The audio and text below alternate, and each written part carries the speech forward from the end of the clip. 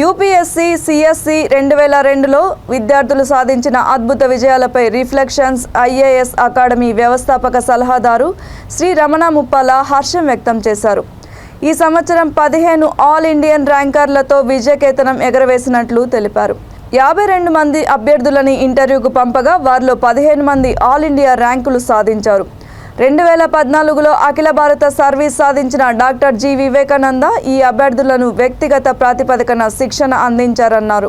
All India 510 rank సాధించిన విద్యార్థి మాట్లాడుతూ రిఫ్లెక్షన్స్ ఐఏఎస్ అకాడమీ తనని ర్యాంకర్గా తీర్చిదిద్దిందని తెలిపారు. ఈ అబ్బాయి సక్సెస్ మా ఇన్స్టిట్యూట్ కి చాలా పర్సనల్ అన్నమాట. అండ్ నాకు కూడా, ఎందుకంటే తను 4 years గా నాతోనే ఉంటూ మా దగ్గర పర్సనల్ లెవెల్లో గైడెన్స్ తీసుకుంటూ అండ్ చాలా ఫెయిల్యూర్స్ కూడా చూశాడు ఈ ప్రాసెస్లో. దాదాపు 3-4 అటెంప్ట్లు ఫెయిల్ కూడా అయ్యాడు అన్నమాట. బట్ ఈ అటెంప్ట్లో 60th ర్యాంక్ ఇందాకే వచ్చాడు తను. ఇప్పుడు వస్తాడు కొద్దిసేపట్లో మళ్ళీ మన ఇంటర్వ్యూ కూడా. ఆ మూమెంట్ చాలా ఎమోషనల్ మూమెంట్ అనమాట.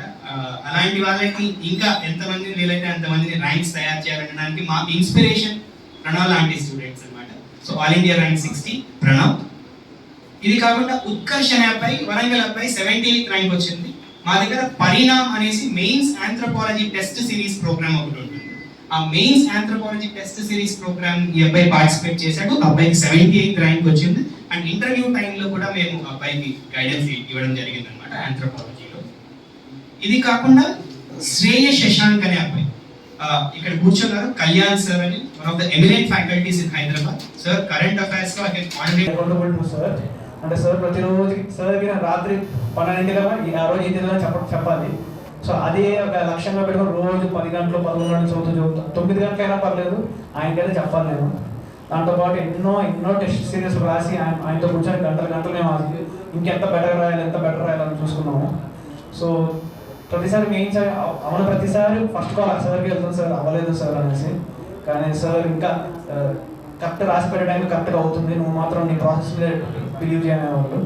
సో 4th అటెంప్ట్లో మెయిన్స్ అయిన వెంటనే ఇంటర్వ్యూ వేయడానికి సార్ దగ్గరికి రావాలనుకున్నాను. ఎందుకంటే 3 ఏళ్ళ నుంచి సార్ నన్ను దగ్గరుండి ఎంతో క్షుణ్ణంగా అబ్జర్వ్ చేశారు.